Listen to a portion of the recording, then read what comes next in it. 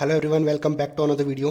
और आज के इस वीडियो में अपन 12th क्लास का चैप्टर भी लेंगे। 12th की एनसीईआरटी के बारे में भी बात करेंगे, क्योंकि 11th क्लास के जो मैक्सिमम टॉपिक्स जो हैं अपन ने डिस्कस कर लिए हैं, जो जहाँ से ज़्यादा क्वेश्चन पूछते हैं। तो अब अपन ये करेंगे कि 12th क्लास के कुछ टॉपिक्स हैं उनको भी अब लेके चलेंगे, क्योंकि एग्ज़ाम का टाइम ज़्यादा बचा नहीं है। 20 दिन बचे हैं, तो 20 दिन के अंदर जितने ज़्यादा मैक्सिमम पॉइंट हो सकते हैं जो कन्फ्यूजिंग है उनको मैं करने की कोशिश करूँगा। तो आज यहाँ से बात करते हैं अपन होमोलॉगस ऑर्गन और एनालॉगस ऑर्गन और इवोल्यूशन के अंदर। यहाँ से बहुत बार क्वेश्चन हर बार एग्जाम में पूछ ही लेते हैं, तो चेक करते हैं कि क्या होता है कि होमोलॉगस ऑर्गन। जो ट्रिक है उसको ध्यान से सुनना। तो होमोलॉगस ऑर्गन क्या होते हैं कि होमोलॉगस ऑर्गन को याद करने का तरीका है कि इसको घर से याद रखो। होमो यानी कि होमो को अपन होम लेके चलेंगे।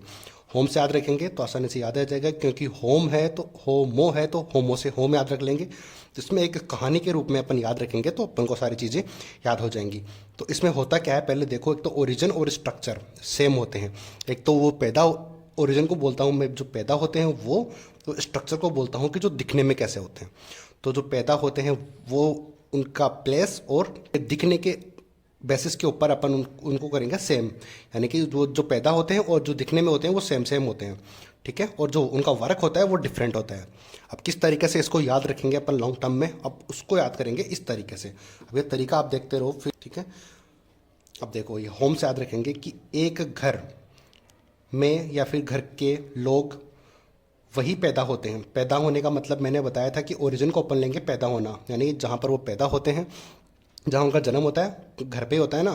तो इसलिए अपन होम से हर चीज़ रिलेट होगी, ठीक है। तो पैदा होते हैं यानी कि ओरिजिन होते हैं घर में, सबके सब घर में एक ही जगह पैदा होते हैं, ठीक है। और वो दिखने में भी एक जैसे होते हैं। दिखने में एक जैसे होते हैं ना, कभी बोलते हैं, आपने सुना भी होगा घर में कि ये अपने पापा पे गया है, अपनी मम्मा पे गया है, चाचा पे गया है या फिर नानी पे गया है, ठीक है। तो कैसे बोलेंगे वो, जब उनकी जैसी कोई चीज़ है तभी तो वो बोल रहे हैं ना, ठीक है। तो इस तरीके से अपन इस चीज़ को याद रख लेंगे।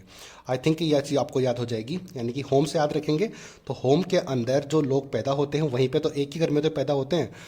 जब उनसे कोई पूछते हैं कि आप कहाँ पैदा हुए, तो वो जहाँ उनका घर है या शहर है वहीं पर, वहीं का नाम तो वो लेंगे। तो जो एक घर में जितने लोग रहते हैं वो उसी घर का नाम लेंगे, ठीक है। तो यानी कि वो पैदा सेम जगह पे होते हैं और वो दिखने में भी एक जैसे होते हैं। तो ओरिजिन और स्ट्रक्चर दिखने में दोनों सेम होते हैं और उनका काम डिफरेंट डिफरेंट होता है। अब काम को कैसे याद रखेंगे कि पापा होते हैं वो ऑफिस जाते हैं, मोम होती है वो घर में खाना वगैरह बनाती है, जो छोटे बच्चे होते हैं वो स्कूल जाते हैं। नॉर्मली यही होता है ना।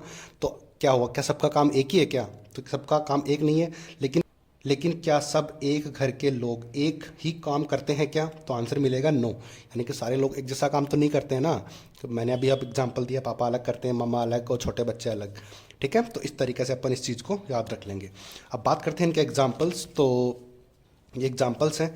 अब ये देखो, अब ह्यूमन, टाइगर, वेल और बैट्स के 4 लिम्स की बोन्स। अब ये 4 लिम्स की बोन है, तो ये सब करेंगी क्या? एक ही तो काम, यानी कि डिफरेंट डिफरेंट काम करते हैं ना ये। यानी कि बनती तो सेम जगह पे, उनका पैदा सेम जगह पे होती हैं। 4 लिम्स होते हैं तो 4 लिम्स एक ही जगह तो हुई। और ये करते क्या है कि ह्यूमन अपने हाथों को है क्या करते हैं, कुछ भी काम, अलग अलग काम करते हैं। और टाइगर क्या करता है, दौड़ने में हेल्प करता है। अपन अपने हाथों से तो नहीं दौड़ सकते। और वेल जो होती है तैरने में हेल्प करती है। क्या टाइगर तैरता है क्या? नहीं तैरता ना, अलग काम हुआ। और बैट्स क्या करती है, उड़ने के लिए हेल्प करती है। यानी कि डिफरेंट डिफरेंट काम वो करते हैं, लेकिन उनकी जो ओरिजिन है वो सेम है। आ गई बात समझ में। और अब अगली बात आती है एनालॉगस ऑर्गन। अगली बात करते हैं एनालॉगस ऑर्गन। तो इसमें क्या होगा, सबसे पहले ये लाइन पढ़ो, completely opposite of the homologous organ. तो होमोलॉगस ऑर्गन में जो जो किया था आपने उसका जस्ट अपोजिट कर दो बस, और इसमें कुछ भी नहीं करना आपको। अब देखो, ओरिजिन और स्ट्रक्चर ये मैंने गलत इसलिए किए हैं, जानबूझ के किए हैं, ताकि अपन को जब कोई चीज़ गलत कर देते हैं तो अपन को वो ज़्यादा याद रहती है कि हाँ मैंने वहाँ पे कुछ गलत किया था तो मैंने चेंज करके ये लिखा था, ठीक है। तो ओरिजिन और स्ट्रक्चर है डिफरेंट होगी, उस होमोलॉगस ऑर्गन में सेम थी और उनका वर्क जो है इनका सेम रहेगा।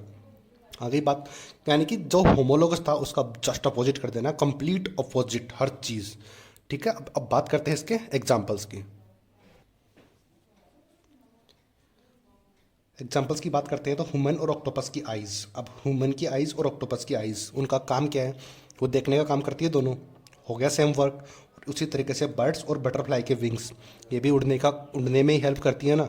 तो दोनों का वर्क सेम हो गया, बट ओरिजिन और स्ट्रक्चर जो होती है अलग अलग होती है।